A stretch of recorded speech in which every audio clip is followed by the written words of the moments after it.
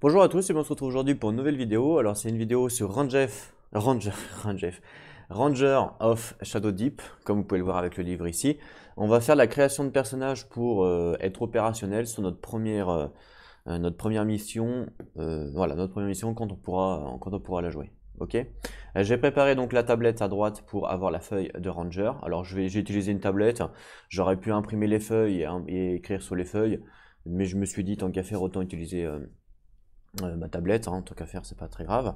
J'ai ramené le bouquin, alors j'ai pas beaucoup de place parce que à gauche, nous avons toute la map qui prend extrêmement beaucoup de place, donc j'ai vraiment pas beaucoup de place pour ça, mais on va se débrouiller. Ok. Pour la création de personnages, on va prendre le livre, alors je vais pousser peut-être un petit peu ça pour la création de personnages. Voilà. Donc on va prendre le livre et on va simplement lire ce qui est indiqué. J'espère que vous allez pouvoir voir. Ouais, c'est bon.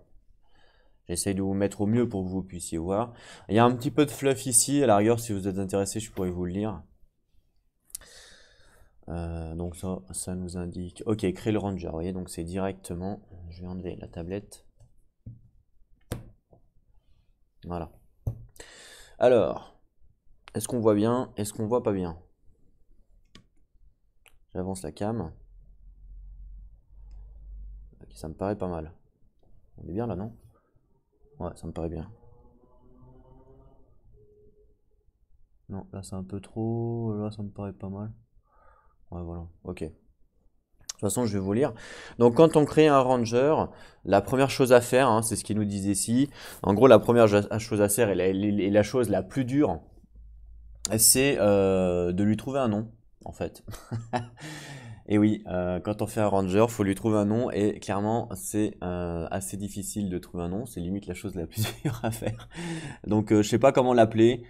J'en sais rien, strictement rien. Donc, à la rigueur, n'hésitez pas à me donner des idées dans les commentaires et puis avant de commencer la première aventure, je marquerai un nom. Parce que c'est vrai que j'ai pas d'idée. Il faut savoir que c'est un jeu univers fantastique et un peu, comment dire, un peu ancien, enfin ancien, un peu western en gros. Vous voyez ce que je veux dire? Un tout petit peu western quoi. Voilà, si ça peut vous aider à trouver un nom, en gros. Donc ils nous disent quoi? Ils nous disent en fait d'avoir une bonne représentation de notre personnage et ça sera beaucoup plus simple de le créer si on a une bonne représentation. Moi, ce que j'ai envie de créer, c'est une sorte de ranger archer. J'ai envie de faire un archer parce que déjà j'adore les archers, donc j'aime bien les archers. Et voilà, j'ai envie que mon ranger soit à distance, principalement à distance. Alors, on pourrait faire ce qu'on veut, hein, un chaman, un sorcier, un archer, vraiment ce que vous voulez, hein, une pop-pom girl, vraiment ce que vous voulez. Moi, je pense qu'on va partir plus sur un archer. Donc, ça nous dit quoi? Ça nous dit ici, là, je sais pas si vous pouvez lire. Ouais. Maintenant que vous avez pris les décisions de base concernant votre personnage, il est temps de déterminer exactement ses pouvoirs, ses capacités, ses compétences. Hein, c'est ce qui est marqué en bas ici. Chaque ranger commence avec 10 points. Donc ça, vous ne voyez pas parce que je vais essayer de vous mettre le livre comme il faut. Voilà. Hop là. Donc chaque ranger commence avec 10 points de création, comme vous pouvez le voir. Vous pouvez dépenser ces points pour augmenter vos caractéristiques, acheter des capacités héroïques, affiner vos compétences et même recruter des compagnons qui vous accompagneront dans vos aventures. Chacune de ces possibilités est détaillée en dessous. On commence avec les caractéristiques. Les caractéristiques, on peut voir le mouvement, le combat, le tir, l'armure, la volonté et la santé. Donc ça, c'est toutes les caractéristiques de base. De base, quand on crée notre ranger, il est dit ici que les caractéristiques de base du ranger, on a 6 de mouvement, plus 2 de combat, plus 1 de tir, par exemple, 10 d'armure, plus 4 de volonté et plus 18 de santé. Donc ça, c'est tous les rangers commencent comme ça. Donc ça, on va l'écrire sur notre fiche de personnage. Donc, mouvement, on a 6. On a plus 2 en combat, plus 1 en tir. On a 10 en armure. Volonté, on a plus 4. Santé, on a 18. Voilà. Donc voilà, donc j'ai réécrit ici ce qui était marqué dans le livre, je l'ai écrit sur la tablette, ce qui est logique. C'est marqué.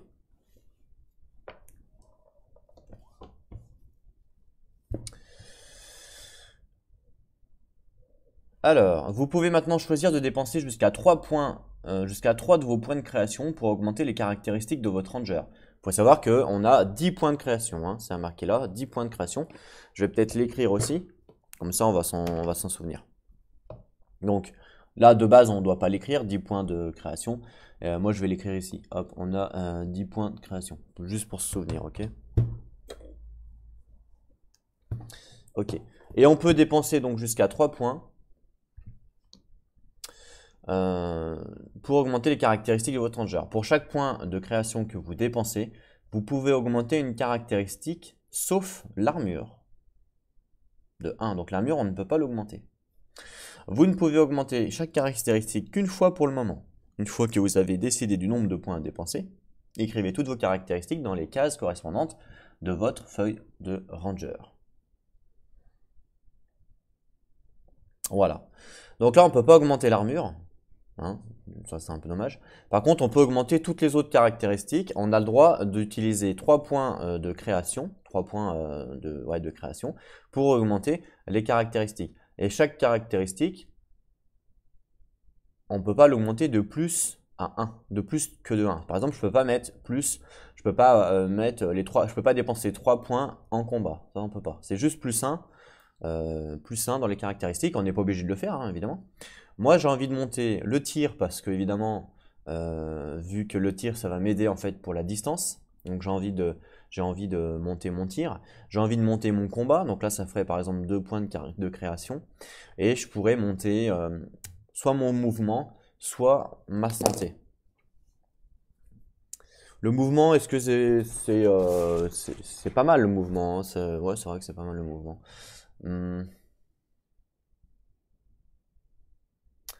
Ouais, je vais faire ça. Donc déjà, je vais monter. Donc j'ai le droit à 3 points de caractéristiques. Et je pense que je vais les dépenser ces 3 points. Donc là, du coup, c'est plus 10 points qui va me rester. Ça sera 7, puisque j'en dépense 3. Ok. Donc je pense que je vais monter le tir. Vous voyez, donc là, on était à plus 1 en tir. Ah, oups. Hop, on revient là. On était à plus 1 en tir. Donc là, je vais pas mettre plus 1. Je vais effacer et je vais mettre plus 2.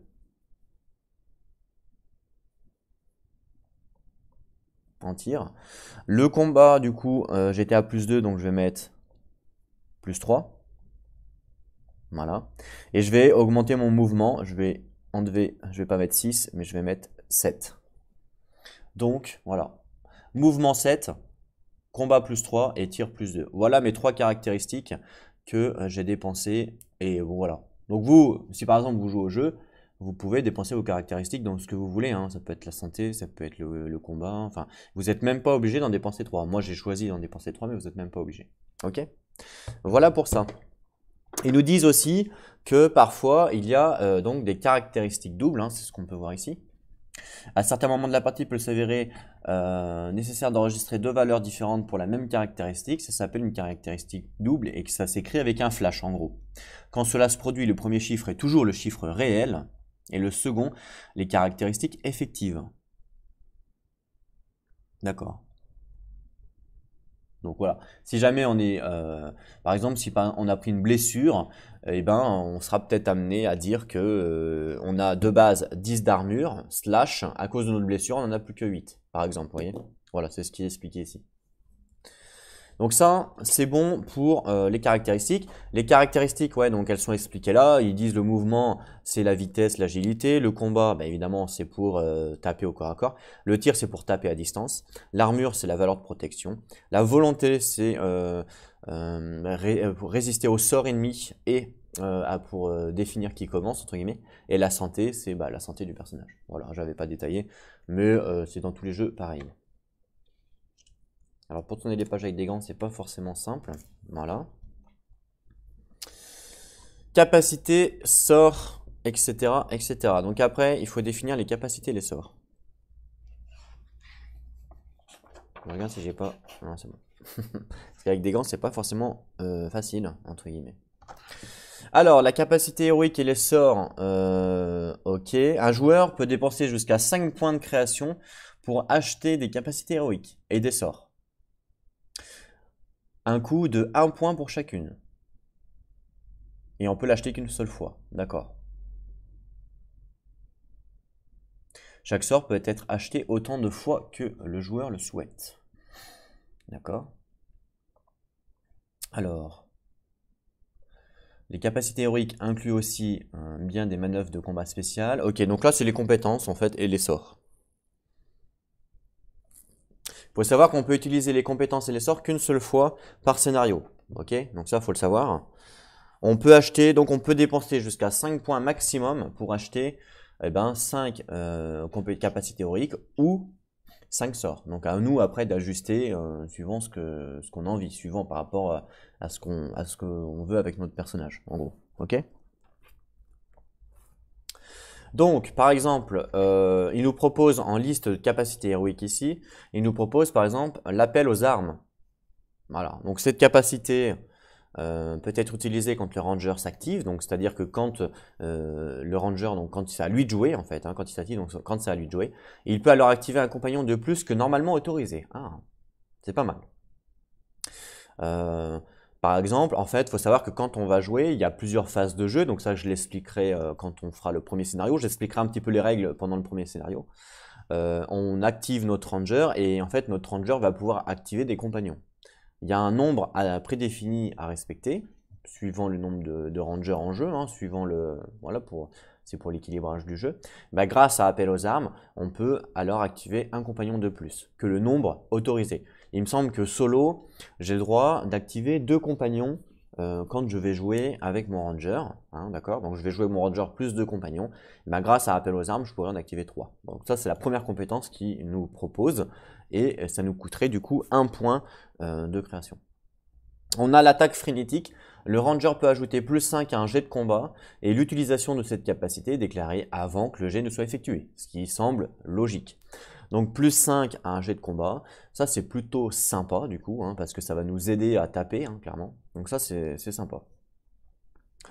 Les combats, comment ça marche? En fait, on lance 2 dés 20, un pour moi, un pour l'attaquant, un pour le défenseur, entre guillemets, et celui qui fait le plus haut score gagne le combat. Et du coup, il applique ses dommages. Voilà, en gros, c'est ça, c'est assez simple. Hein. Donc le fait d'ajouter plus 5, ça permet effectivement de gagner plus facilement le combat. Quoi. Concentration. Le ranger peut ajouter plus 8 au jet de n'importe quel jet de compétence. L'utilisation de cette capacité est à déclarer avant que le jet ne soit effectué. Ça coule de source. Donc on peut ajouter plus 8 à un jet de n'importe quel jet de compétence. D'accord. Il y aura en fait dans le jeu des jets de compétences et des jets de caractéristiques. Alors par exemple, je vais reprendre ma petite fiche de personnage pour vous expliquer.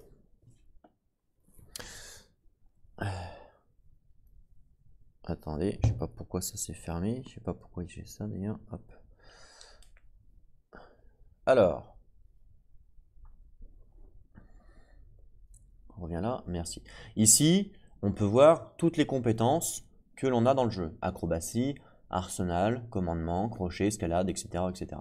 Parfois, on va nous demander de faire un test de compétences suivant ce qu'on veut faire. Par exemple, si on veut faire une escalade, si on veut grimper, par exemple, ça peut arriver dans le jeu, si on veut grimper, on va devoir faire un test préconisé. Par exemple, ça va être un test de difficulté 4, je dis une connerie, hein, et on va rajouter avec ce test notre escalade.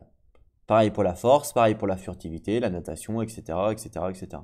Ok? Et bien ça, en fait, grâce à cette compétence, donc concentration, on va pouvoir ajouter plus 8 à n'importe quelle compétence, que ça soit escalade, ce que vous voulez, ce que vous voulez. Donc c'est énorme, hein. Concentration, c'est extrêmement fort. Ça veut dire que ça nous permet quand même de réussir ce qu'on veut faire. Ça peut être escalade, ça peut être un crochetage, ça peut être voilà, vraiment plein de trucs. Donc c'est quand même pas nul. Ensuite, on nous propose le coup puissant, qui est juste en dessous. Le héros peut ajouter plus 3 points de dégâts à n'importe quelle attaque au corps à corps ayant déjà causé au moins 1 point de dégâts. Donc ça, c'est assez fort aussi. Hein. Cette capacité peut être utilisée après avoir déterminé combien de dégâts ont été infligés à l'ennemi. Donc voilà, là, cette fois, on n'ajoute pas plus 5 au G. Là, on ajoute directement plus 3 au point de dégâts. C'est quand même pas mal. Désengagement, le ranger peut utiliser cette capacité s'il s'active alors qu'il est en combat avec un ennemi. Le ranger peut faire un mouvement gratuit de 1 pouce pour quitter le combat. Aucune figurine ennemie ne peut la forcer au combat pendant ce mouvement. Et après ce mouvement, le ranger détermine son activation normalement. Voilà, donc là ça permet en fait de fuir un petit combat, donc ça c'est plutôt pas mal. Également, quand on utilise la capacité du coup, s'il s'active, alors attendez, le ranger peut utiliser cette capacité s'il s'active alors qu'il est en combat avec un ennemi, d'accord. Le ranger peut faire un mouvement gratuit de 1 pour quitter le combat, ok. En temps normal, on ne peut jamais quitter le combat. On ne peut pas quitter le combat quand on est engagé parce qu'en fait, il y a dans le jeu un système d'engagement dans le jeu. Par exemple, alors là, j'ai pas de figurine, mais on imagine, ça c'est une figurine et ça c'est une figurine. Si on est socle à socle, on est engagé dans le combat. Par exemple, voilà. Là, on est engagé dans le combat. Et quand on est engagé dans un combat, on ne peut pas fuir le combat. Enfin, on verra que si après, mais on peut repousser par exemple, mais on verra ça plus tard. Mais là, quand on s'active, dès qu'on s'active, là, vu que je suis engagé, je ne pourrais pas bouger. La seule chose que je pourrais faire, vu que je suis engagé, ça serait de faire un combat, par exemple. J'ai pas le choix. Alors que désengagement me permettrait de reculer, par exemple, de 1 pouce et de me barrer. Par exemple. Donc ça peut être sympa avec notre archer, du coup, puisque si jamais on est dans un combat alors qu'on ne voulait pas, eh ben ça permettrait de se désengager et de se barrer. Donc je pense que ça peut être sympa d'avoir cette compétence-là. Si jamais vu qu'on est ranger en fait, vu qu'on est ranger, ça peut être vraiment sympa de l'avoir. Donc je pense que je vais la prendre celle-là. Parce qu'en fait, en tant que archer, mon but c'est d'être un minimum au CAC, normal. Donc ça, je vais l'apprendre. Donc je vais l'écrire ici. Donc ici, on a capacité héroïque et sort. Voilà. Donc ici, on écrit toutes les capacités qu'on a achetées par rapport à notre personnage. Donc c'est ce que je vais faire. Donc je vais écrire donc du coup désengagement. C'est la première capacité que je vais acheter. Voilà. Désengagement, super. Donc ça, c'est la première capacité qu'on achète pour un PR. Je vais le marquer ici. Voilà. On a le droit jusqu'à 5, je vous rappelle. Donc vous voyez, c'est quand même bien en termes de création de perso, parce que même vous pouvez rejouer pour changer de ranger, vous ne referez jamais les mêmes. C'est ça qui est sympa. Désengagement, ça me paraît bien. On a diversion, juste en dessous. Le ranger peut utiliser cette capacité quand une créature maléfique est appelée à se déplacer vers un objectif ou dans une direction aléatoire. Le joueur peut alors la déplacer où il le souhaite, en suivant les règles habituelles en matière de mouvement, à condition que ce mouvement ne cause pas de dommages directs à la créature et ne l'oblige pas à faire un jet de natation. D'accord.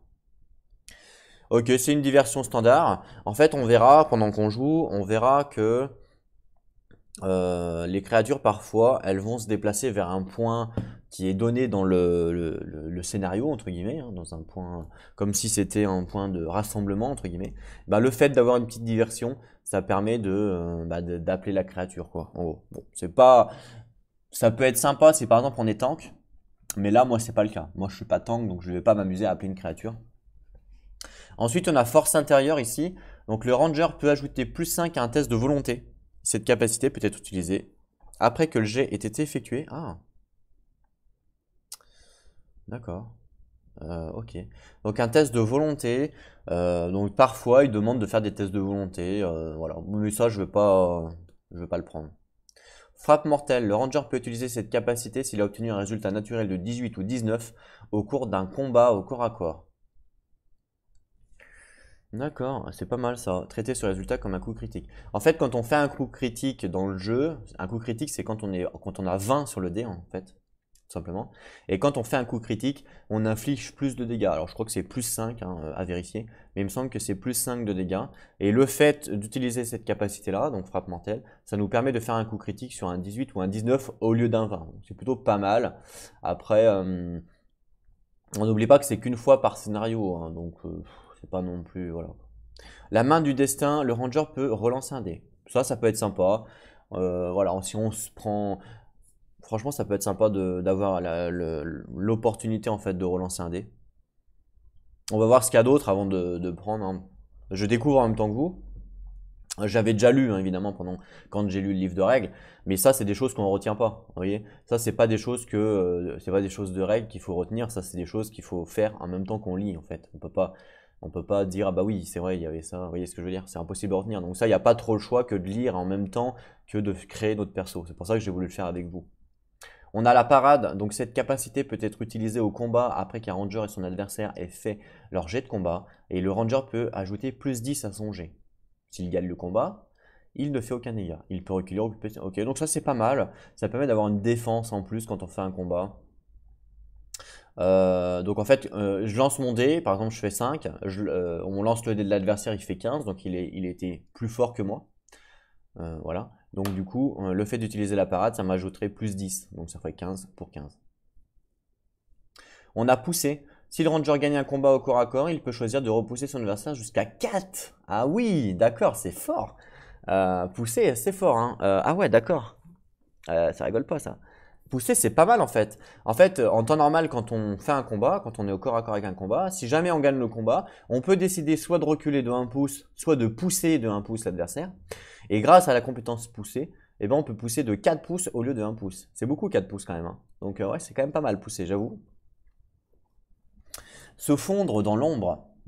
Cette capacité peut être utilisée si une figurine ennemie est sur le point de faire un mouvement qui l'amènerait au combat, donc en contact socle à socle avec le ranger. Ok. À la place, déterminer l'action comme si le ranger n'était pas sur la table. Ah, c'est pas mal ça aussi, hein. C'est une sorte d'invisibilité ça. Ça peut être sympa aussi par rapport à notre ranger, ça peut être vraiment sympa. Waouh, ah ouais, là je me tâte parce que du coup il y a beaucoup de compétences on a envie d'avoir toutes les compétences, mais on peut pas, hein, évidemment. On a repoussé les morts. Toute créature mort-vivante dans un rayon de 10 pouces et dans la ligne de vue du ranger doit passer un test de volonté. Donc là, c'est un seuil de 20 en fait, hein. Donc SD, ça veut dire seuil. SD, ça veut dire seuil de je sais plus quoi. Je sais plus c'est quoi, mais en gros, faut faire 20 quoi. Si elle échoue, elle perd sa prochaine activation. C'est pas mal. Toute créature mort-vivante dans un rayon de 10 pouces et dans la ligne de vue du ranger doit passer un test de volonté SD20. Donc s'il fait pas 20 le personnage, ben, elle échoue en fait. Donc c'est pratiquement impossible, hein. Il y a une chance sur 20, autant vous dire que c'est compliqué. Donc c'est plutôt bien aussi, mais c'est que sur les morts vivants. Donc ça sera peut-être utile, pas sur tous les scénarios. Mais c'est quand même bien. En vrai c'est quand même pas mal. Le tir mortel, alors là, je pense que ça va être obligé. Le ranger peut utiliser cette capacité s'il a obtenu un résultat naturel de 18 ou 19 au cours d'une action de tir et on traite ce résultat comme un coup critique. Franchement, vu que moi je suis plutôt distance, tir mortel, je pense que c'est pratiquement obligé. Je vais évidemment l'acheter, même si c'est vrai que c'est quand même pas folichon, hein, tir mortel, parce que ah, si, quand même, c'est quand même bien. Tir mortel, c'est quand même bien, hein. Sur un boss, ça peut être sympa. On va la prendre, tir mortel. Allez, tir mortel. Vu qu'on se spécialise, entre guillemets, hein, à distance, donc on va essayer de prendre les trucs un peu, justement, tir, machin. Donc là, hop, j'en ai pris un. Donc ça fait 2, hein, pour l'instant. Ok, tir mortel. On a visé juste en dessous et je pense que visé, je vais la prendre aussi parce que c'est pour les trucs à distance. Le héros peut ajouter plus 5 à un jet de tir. Alors là, il y a une petite errata sur la FAQ officielle. Cette capacité, en fait, c'est pas, là c'est faux, c'est pas peut être utilisé après que le jet a été effectué, ça c'est faux. Sur l'errata, c'est marqué, cette capacité doit être utilisée après que le jet, avant pardon, que le jet ait été utilisé. En fait, c'est la même compétence que attaque frénésie, mais ça c'est pour au corps à corps et la visée c'est pour la distance, en gros. Donc l'utilisation est à déclarer avant que le jet ne soit effectué. Donc là c'est la même chose ici, hein. C'est exactement la même chose. Il y a un errata sur cette compétence sur le site officiel du développeur, enfin de l'éditeur. Donc c'est pas ça, hein. C'est pas cette capacité après parce que sinon c'est trop facile, mais c'est avant de faire le jet normal en même temps. Donc ça je vais la prendre aussi visée, hein. C'est incontournable en tant que ranger de la mort, entre guillemets. Donc visée.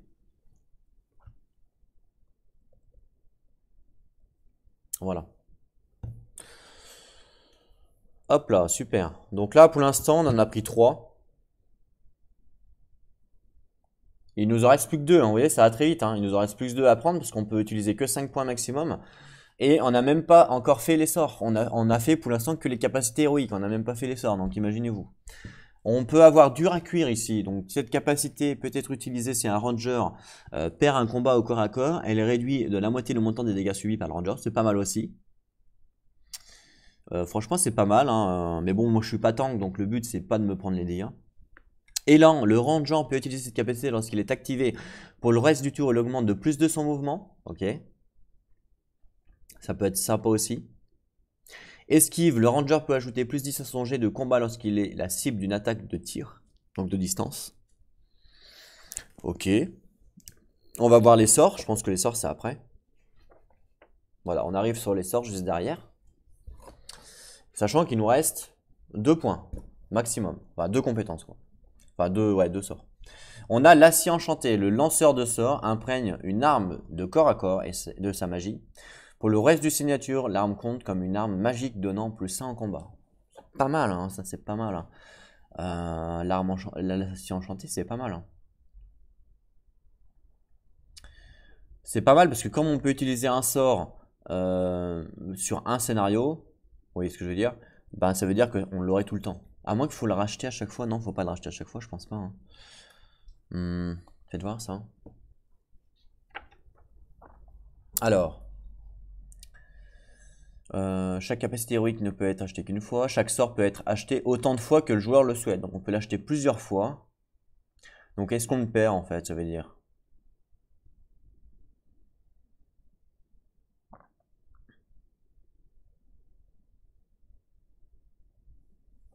Je sais pas si on le perd.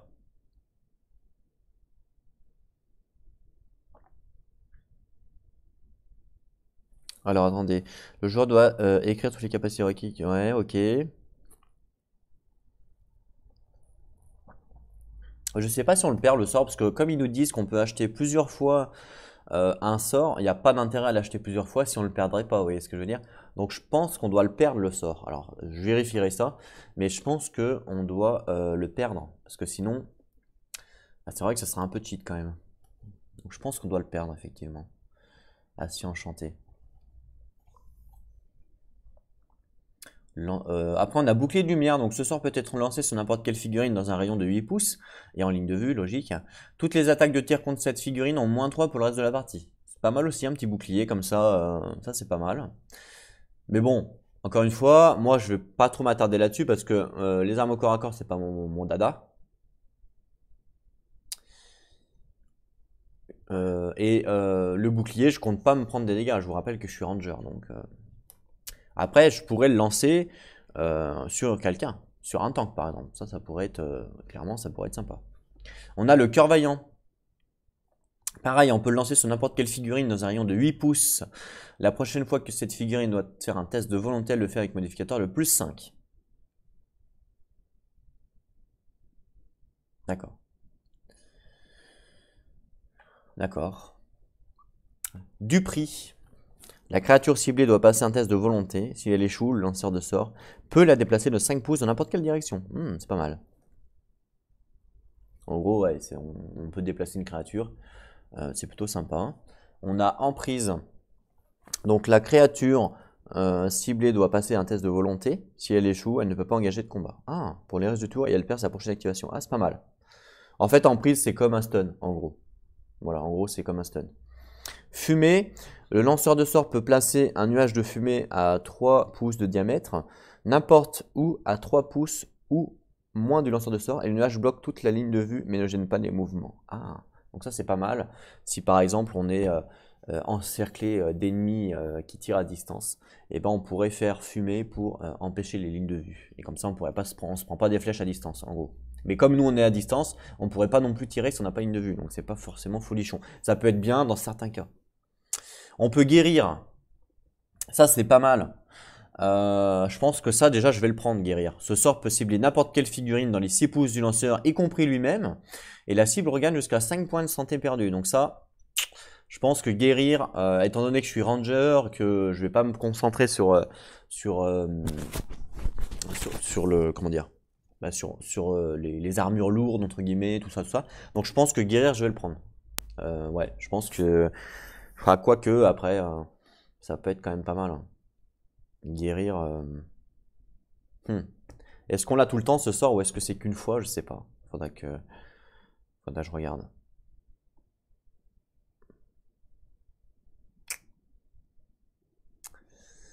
Je pense que je vais le prendre, guérir. Je pense que guérir, ça peut valoir le coup de se guérir soi-même ou même de guérir un allié. Clairement. Alors, guérir, du coup, je le prends. Voilà. Donc là, du coup, on est à 4. Il ne nous en reste plus qu'un. Il nous en reste plus qu'un, soit un sort, ou soit une capacité héroïque. On peut pas en avoir une de plus, hein, je vous rappelle, c'est 5. Alors, sûrement pendant la campagne, on pourra en gagner, enfin, j'espère. Allez, après, on a la lumière divine. Faites une attaque à +3 contre tous les morts vivants. Donc ça, c'est pas mal, mais c'est que contre les morts vivants. Après, il faut voir, suivant les scénarios, est-ce qu'il y en a beaucoup, est-ce qu'il n'y en a pas beaucoup, je sais pas trop, donc ça, on va pas trop, pour l'instant, regarder dessus. Peut-être qu'effectivement, une fois qu'on aura appris à jouer au jeu, une fois qu'on aura plus d'expérience sur le jeu, entre guillemets, peut-être qu'on verra qu'il y a des compétences qui sont beaucoup plus utiles que d'autres, peut-être que Lumière Divine, si dans tous les scénarios il y a des morts vivants en masse, peut-être que c'est limite indispensable, vous voyez ce que je veux dire. Donc après, ça dépend aussi de l'expérience des joueurs. Marque ardente, lanceur de sort peut placer une rune chatoyante n'importe où dans les 6 pouces autour de lui.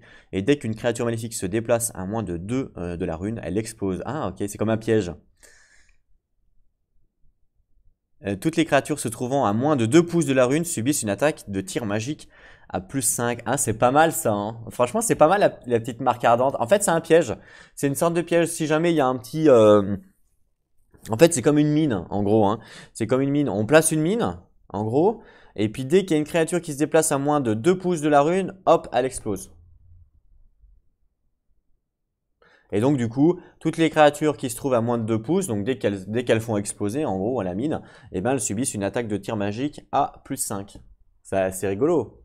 Enfin, je trouve ça sympa. On a la protection magique. Le lanceur de sort peut faire une attaque magique à +5 contre une figurine en ligne de vue. Et cette attaque ignore les pénalités pour les couverts et les terrains sur les trajectoires. Ah, c'est fort ça aussi, hein. Waouh. Faire une attaque magique à +5. Ah, c'est fort aussi ça. Mais ok. Traduction. Un ranger peut lancer ce sort au lieu de tenter un jet de lecture des runes. Et le ranger réussit automatiquement le test de compétence avec le résultat le plus élevé possible. Ok. Bah écoutez, je sais pas trop quoi prendre avec le dernier point. Alors on pourrait reprendre une compétence, hein, mais je sais pas, j'ai envie de prendre traduction. Je me dis que si la compétence est là, ça veut dire qu'il y a certainement des trucs cachés en rune, vous voyez ce que je veux dire? J'ai envie de prendre traduction. Allez, on va le prendre. Je pense que ça peut être rigolo. J'espère que j'apprends pas pour rien, évidemment, mais on verra ça. Donc traduction. Voilà. Donc là, on a dépensé nos 5 points pour les compétences. Alors, on va revoir. Donc, désengagement, tir mortel, viser, guérir et traduction. Ok, donc j'écris extrêmement mal, hein. En même temps, on est sur une tablette, donc c'est pas toujours évident. Donc là, on a dépensé 5 points. Donc, on était à 7. Donc, il nous reste 2 points. Hein, je l'écris. Donc, il nous reste 2 points sur les 10 points de création de personnage. On n'était pas obligé d'en dépenser 5, je pouvais en dépenser que 2, et il m'aurait resté plus de points. On verra qu'est-ce qu'on peut faire avec les points, qu'est-ce que le livre va nous proposer. Alors, après on passe aux compétences. Donc c'est marqué que chaque ranger est qualifié, il a développé plusieurs compétences qui l'aideront probablement dans sa mission, ok. Comme le pistage, les traditions anciennes, la nage, la furtivité, ok.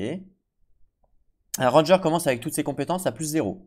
Pour chaque point de création, il peut améliorer 8 compétences à +1. Ainsi, s'il dépense un point de création, il peut améliorer 8 compétences à +1. Et s'il dépense un deuxième point de création, il peut augmenter ses 8 compétences à +2 ou choisir 8 nouvelles compétences augmentées à +1. Ok. Ou toute combinaison des deux options. Ok. Un ranger peut dépenser jusqu'à 5 points de création. Ah ouais, c'est énorme. C'est énorme. 5 points de création pour ses compétences et chaque compétence est listée sur la feuille. Waouh! En fait, là, on parle. Ah ouais, c'est énorme 5 points. Je pensais pas que c'était autant. En fait, on parle des compétences ici, hein, donc acrobatie. Donc ça va nous aider quand on va jouer, hein. Voilà, la survie, le savoir ancien, le pistage, ça va nous aider quand on va jouer notre aventure, ça va nous aider les compétences. Et donc on peut dépenser jusqu'à 5 points, donc moi il me reste plus que 2, mais on peut dépenser jusqu'à 5 points de création pour rajouter plus 1 à 8 compétences. Hein. Donc pour un point, eh ben, on ajoute plus 1. Donc moi, ce que je vais faire, c'est que je vais dépenser mes 2 points restants pour mettre plus 2 à 8 compétences au choix par rapport à mon personnage. Évidemment, il faut qu'on sache à quoi ça correspond. Je ne vais pas mettre n'importe quoi, hein, logique. Mais je pense que je vais dépenser mes 2 points pour mes 2 derniers points de création pour les compétences. Donc vous voyez que ah ouais, 5 points, c'est énorme. Je pensais pas. Alors on a l'acrobatie. Donc ça permet voilà, de contrôler son corps dans des situations difficiles, telles que sauter, marcher, se balancer de corde en corde. L'escalade n'est pas incluse, c'est une compétence distincte. D'accord. Donc ça permet en fait, l'acrobatie c'est plus pour sauter et pour marcher sur un chemin étroit. D'accord. On a le savoir ancien, connaissance des mythes, des légendes et des histoires anciennes, y compris tout ce qui est connu sur... Ok, bon, on ne sait pas trop à quoi ça correspond, mais bon, si c'est là, c'est que ça doit être forcément utile à un moment donné. L'arsenal, l'étude des armements, donc notamment la fabrication et la réparation d'armes. L'improvisation sur le terrain, ouais, ok. Si un ranger possède une compétence d'arsenal de plus 4 ou plus, il est toujours traité comme armé d'une dague, même s'il est désarmé. Oh, sympa. Escalade, mesure la capacité du ranger à grimper sur des surfaces difficiles. Ça peut être sympa pour nous, l'escalade. L'escalade, ça peut être sympa pour nous. Peut-être qu'on pourrait sauter sur le toit d'une maison, par exemple. Vu qu'on est ranger, ça serait intéressant d'être en hauteur pour, pour tirer nos flèches, hein, clairement. Hein. Franchement, l'escalade peut être sympa. Peut être sympa. Ensuite, on a le commandement, donc la compétence à diriger les autres, qui comprend également la diplomatie. Ok. Un ranger peut ajouter sa compétence commandement à ses points de recrutement avant chaque mission. D'accord. On a l'orientation, donc utiliser son environnement pour déterminer sa direction, sa position et éviter de se perdre. D'accord. Donc ça, on verra à quoi ça correspond exactement quand on jouera, évidemment. La perception, donc la conscience globale de son environnement, y compris le fait de remarquer de petits détails de grande importance. Donc ça peut être sympa, par exemple, si on veut trouver vous savez, des petits, un truc qui brille dans la nature, hop, ça se trouve, ça va être un collier magique, un bijou, ou je ne sais quoi. On a le crochetage, donc ça peut être sympa aussi. Donc voilà, bon, ça c'est pour les coffres, hein, voilà, les portes, les coffres. Hein. Lecture des runes, donc ça, vu qu'on a pris le traduction, je pense pas que ce soit forcément utile, puisqu'on a déjà la compétence traduction, qui nous permet de lire les runes automatiquement avec le plus haut succès. Alors est-ce que c'est tout le temps, par contre, ça je sais pas, mais bon, on a quand même la compétence. Furtivité, donc ça peut être pas mal pour nous. Se déplacer en silence pour éviter d'être repéré, et le talent pour repérer une cachette. Ça peut être pas mal pour nous, étant donné qu'on est ranger. On a la force, le développement de la capacité musculaire et l'utilisation de cette force pour soulever, casser des portes et se libérer de liens. Ok, peut-être qu'on peut être capturé, je sais pas. On a la survie, donc comprend la recherche de nourriture d'herbe. Ok, la chasse, la cuisine, ok. La natation pour nager. Le pistage, les traces dans le paysage pour obtenir des informations sur les traces laissées par les individus ou les créatures. D'accord, ça peut être sympa aussi. Et on a les pièges, la connaissance des pièges, y compris comment les poser et comment les désamorcer. Alors je regarde derrière, c'est autre chose.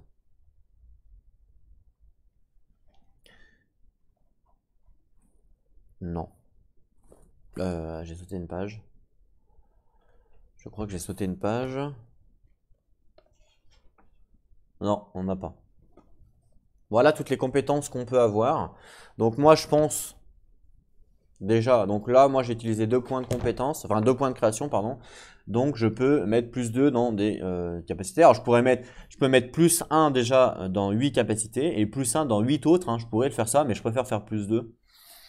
Alors, acrobatie, ça peut être sympa, vu que nous on est quand même ranger. Déjà l'escalade, j'ai envie de me mettre plus 2 à l'escalade, parce que je sais que ça va arriver souvent que je vais escalader. Donc plus 2 en escalade, ça c'est clair.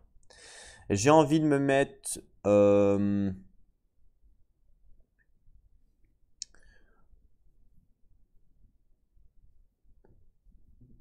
arsenal, commandement, crochetage. Crochetage, plus 2. Furtivité, plus 2. Lecture des runes, non. Perception. Piège. Pistage. Donc ça fait 1, 2, 3, 4, 5, 6. Il en reste 2. J'ai bien envie de mettre orientation. Pour être vraiment au top. Vous voyez, entre perception, pistage, orientation, on est vraiment au top. À plus 2 de partout. Et puis après... acrobatie, arsenal.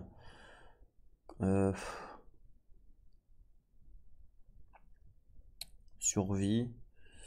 Ouais, je me tâte entre... il en reste combien? 4, 5, 6, 7. Il en reste plus qu'une. Plus qu'une, ou alors plus 1 dans 2. Pourquoi pas, à la rigueur. Peut-être plus 1 dans l'acrobatie. Par exemple. Et puis plus 1 en...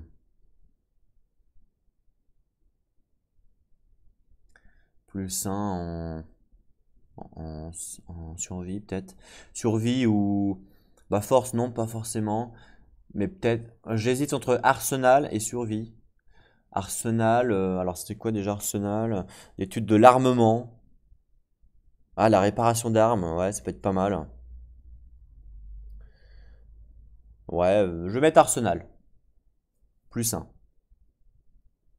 Voilà. On aurait pu mettre plus 1 de partout. Hein, 1, 2, 3, 4, 5, 6, 7, 8. 1, 2, 3, 4, 5, 6, 7. Ouais, vous voyez tout. On aurait pu mettre... mais voilà, moi je vais rester comme ça.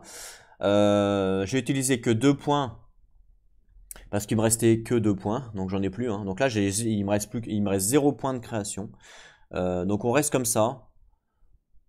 Donc voilà notre ranger. J'ai toujours pas de nom. Hein. J'attends que vous m'aidiez à en trouver un. Donc suivant...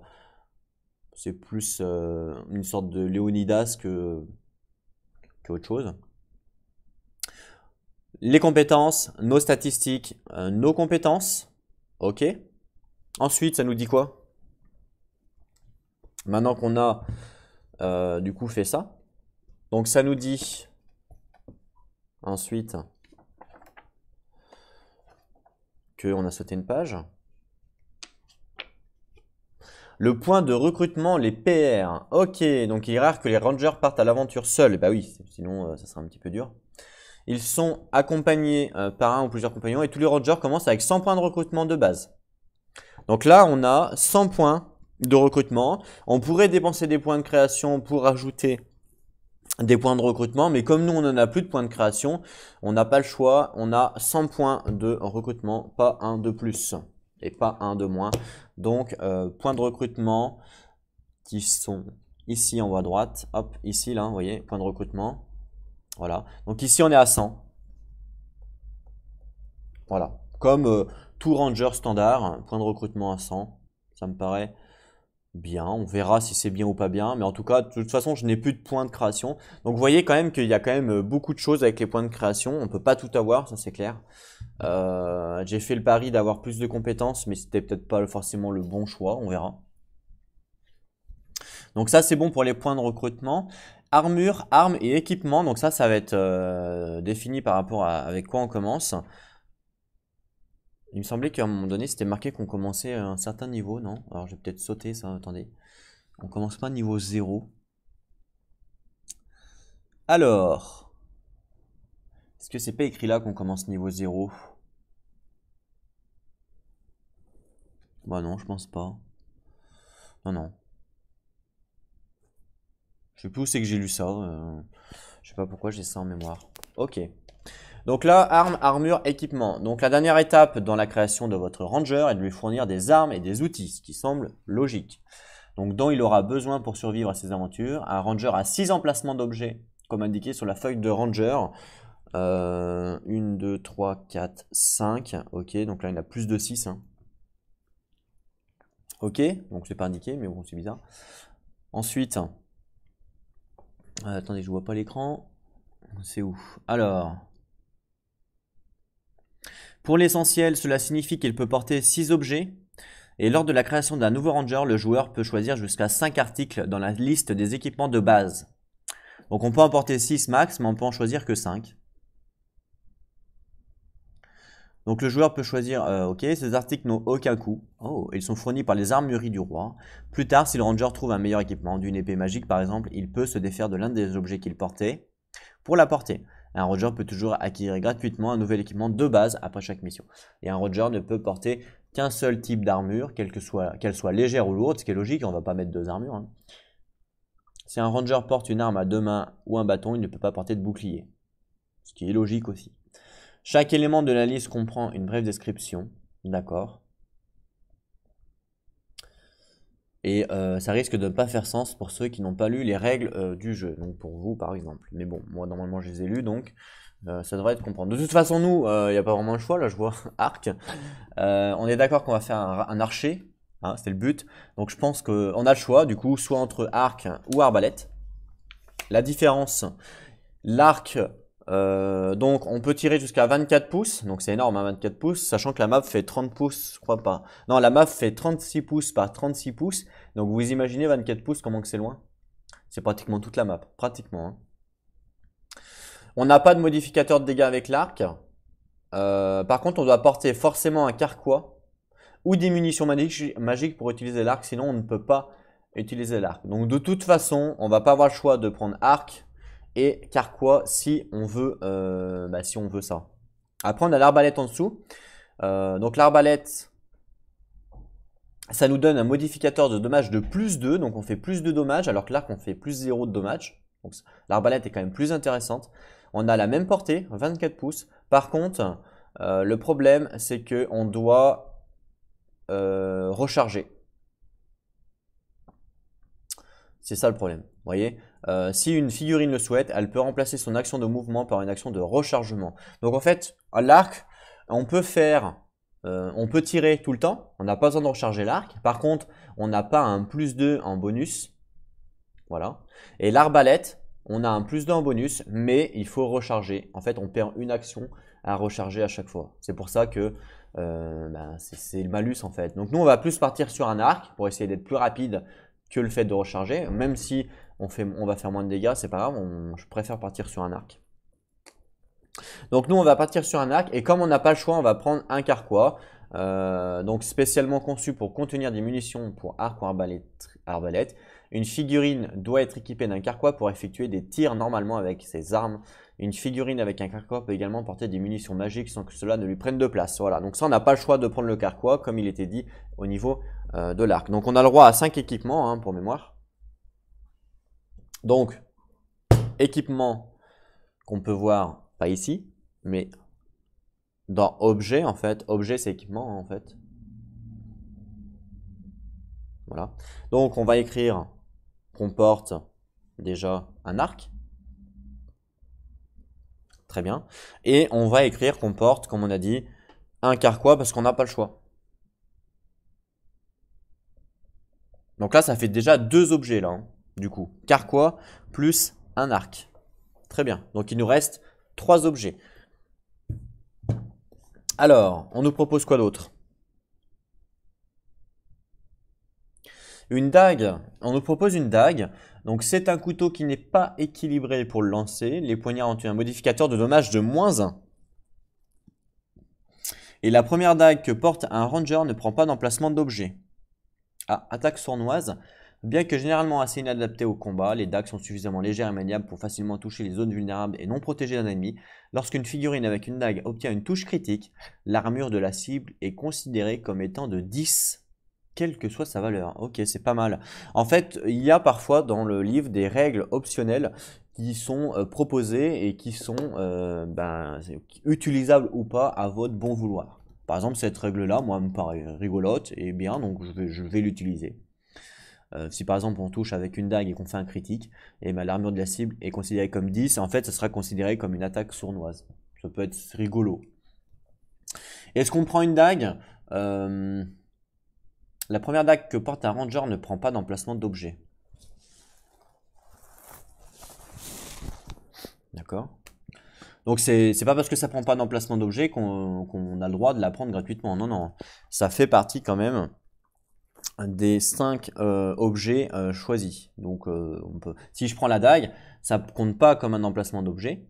D'accord? Donc je peux porter jusqu'à 6 emplacements d'objets, hein. Mais ça fait partie des 5 qu'on a le droit de choisir. Ça fait partie des 5 qu'on a le droit de choisir. Donc je pense pas que je vais prendre une dague. Je pense pas que je vais prendre une dague. On nous propose une arme à une main. Comprend les armes forgées ou fabriquées dans le but d'être utilisées à une seule main. Ouais, ok. Les épées, les massues, les haches. Ok. Elle n'apporte pas de modificateur de combat. Ok. On nous propose ensuite une armure lourde ou une armure légère. Hein, parce qu'on peut porter qu'une seule armure. Et ben, cela représente n'importe quel type d'armure lourde. D'accord? On reçoit plus 2 à son armure, mais moins 1 à son mouvement. Alors, ça peut être intéressant pour nous, parce que nous, vu on s'est mis plus 1 en mouvement, ça pourrait être intéressant. Le problème d'une armure lourde, c'est que on aura un malus quand on va faire des sauts ou de l'escalade. Parce qu'en fait, quand on fait des sauts, vous voyez, comme là, nager, acrobatie, escalade, furtivité, armure légère, on a par exemple moins 2 en malus. Par contre, armure lourde, on a moins 5, ce qui est logique, hein. Quand on va sauter, quand je vais sauter, le fait d'avoir une armure lourde, j'aurai moins 5 en malus. Ce qui semble logique en fait. Donc, je vais plutôt partir sur une armure légère pour pouvoir justement faire des sauts plus facilement, comme un archer quoi en fait, hein. Donc là, une figurine portant une armure légère reçoit plus 1 à son armure. Donc ça, c'est plutôt sympa. Donc je vais prendre une armure légère, moi.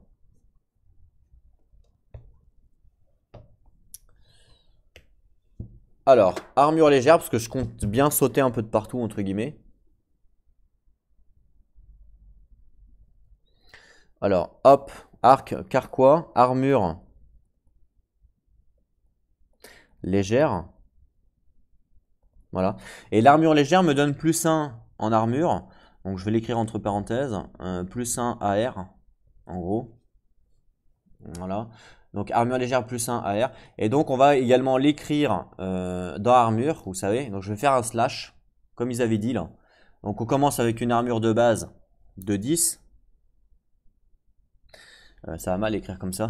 Je vais écrire comme ça. Donc 10. Et je vais marquer slash 11 grâce. Voilà, 10. Et donc slash 11 grâce à mon armure. Mon armure légère du coup. Voilà. Comme ça, si jamais on change d'armure, on sait que ça sera autre chose. Ok, donc armure légère, c'est bon. Il nous faudrait une arme corps à corps au cas où on se prenne un monstre corps à corps. On n'est pas à l'abri, hein. Il nous faudrait un truc. Est-ce qu'il propose d'autres choses derrière? Ah oui, il nous propose encore d'autres choses. Ah, il y a tellement de trucs. Alors, il nous propose quoi? Il y avait quoi d'autre là? Armure légère, armure lourde, arme à une main, carquois. Donc, on aurait pu prendre une arme à une main en tant qu'arme.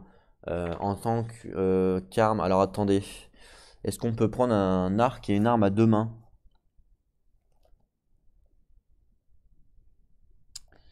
Porte une arme à deux mains ou à bâton et ne peut pas porter de bouclier. Ouais, non, bah oui, hein, c'est pas interdit. Ok. On nous propose une corde. Quand on se tient au sommet d'une structure verticale telle qu'un bâtiment ou une falaise, elle peut y placer une corde pour une action et placer un marqueur à côté de la figurine. Ok. Toutes les figurines peuvent utiliser cette corde pour grimper sans pénalité de mouvement. Ah, c'est pas mal. Ah, c'est pas mal la corde. On nous propose un bouclier, plus un l'armure. Donc nous on peut pas parce qu'on a une arme à deux mains, on a un arc, donc évidemment on peut pas prendre de bouclier avec un arc. Et on pourrait, donc par exemple, on a un arc et en arme de corps à corps pour l'instant on n'a rien, mais on pourrait prendre une arme à une main ou une dague avec un bouclier, ça marcherait. Ou alors on peut se dire bah non on prend une arme à deux mains. Et je pense que moi je vais prendre une arme à deux mains ici là. On pourrait prendre un bâton aussi. Le bâton est surtout connu pour ses propriétés défensives. Les bâtons ont un modificateur de dégâts de moins 1, donc on fait moins 1 de dégâts, mais impose aussi à l'adversaire ce malus s'il venait à gagner le combat. Ah, pas mal. D'accord. Donc ça c'est pas mal du coup, hein. Ça lui donne, en fait ça lui donne à l'ennemi moins 1 de dégâts également. À nous aussi, mais à l'ennemi aussi. Les couteaux de lancer. Moins 1, ok. Ouais, ça peut être sympa, mais bon, non, moi je vais plutôt partir sur une arme à deux mains. Ou alors désarmé, c'est-à-dire on n'a pas d'arme. On va partir sur une arme à deux mains. C'est les armes de corps à corps lourdes qui sont maniées à deux mains. Ok, donc c'est par exemple les haches de combat, les fléaux. Ok, les armes ont un modificateur de dégâts de plus 2. Ouais. Et chaque arme à deux mains portée par un ranger prend 2 d'emplacement d'objets. D'accord. Et ben c'est bon, du coup, parce qu'on a le droit à 6. Donc nous, on va prendre ça, on va prendre une arme à deux mains. Je pense que c'est pas mal. Donc là, on avait un arc, un carquois, une armure légère. On a le droit, je vous rappelle, à 5 items dans la liste. Par contre, on ne peut pas porter plus de 6 objets. Hein. Donc 3, 4, 5 par exemple. 6. Donc là, je sais pas pourquoi ils ont fait autant de traits. On ne peut pas porter plus de 6 objets, mais le fait de porter une arme à deux mains, c'est 2 emplacements d'objets. Donc en fait, je vais l'écrire sur 2 lignes pour dire que c'est 2 emplacements. Donc c'est arme à deux mains. Donc on peut, alors je pourrais marquer hache de combat par exemple à la place. Oui, ou arme à deux mains, ou je vais marquer arme à deux mains. Donc arme à deux mains.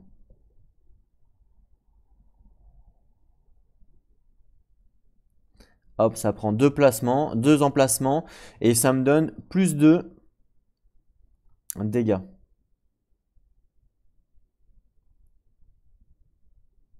Voilà, je l'écris.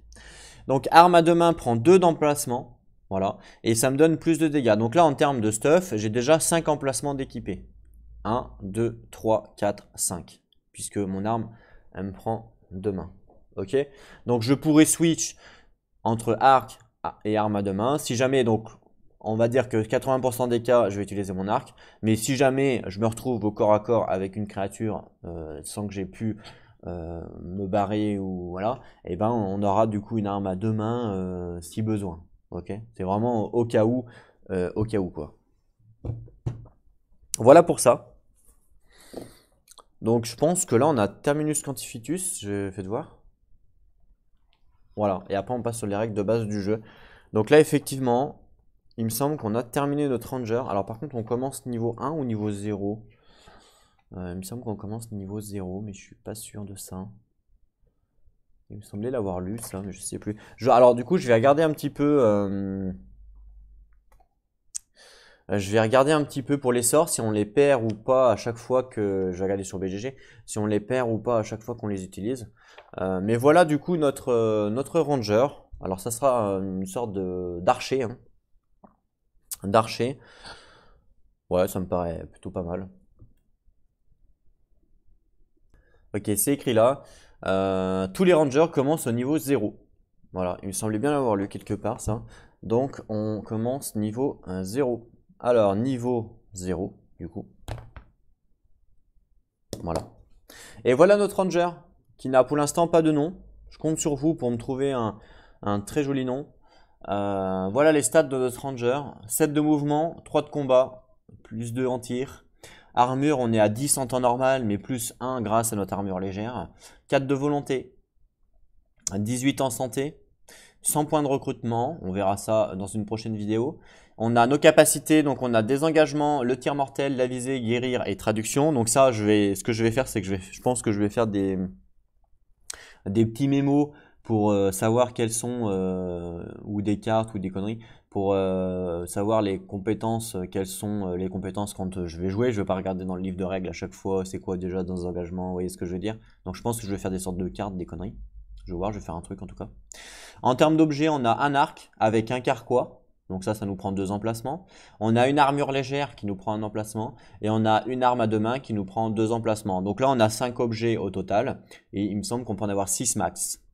Nos compétences, on va avoir un petit peu d'acrobatie, de l'arsenal, du crochetage, escalade, furtivité, orientation, perception, piège, pistage. Donc un vrai archer, quoi, entre guillemets. Hein. Un vrai archer à fond les ballons. Voilà notre ranger. Il manque plus que le nom ici. Je compte sur vous. On se retrouve très bientôt pour la suite de notre aventure. La suite de notre aventure va correspondre aux compagnons qu'on peut voir ici. Donc on va recruter les compagnons pour le premier scénario. Et puis après, on pourra jouer le premier scénario. Donc voilà, n'hésitez pas à continuer à suivre l'aventure.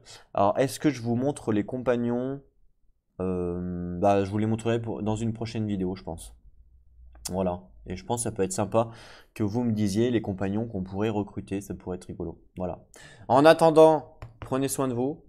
Faites attention à vous. Et puis, on se retrouve très bientôt pour la suite. Donc, je pense que la prochaine vidéo, ça sera le choix des compagnons. Et après, on pourra faire la première mission de Ranger of Shadow Deep. Prenez soin de vous. Faites attention à vous.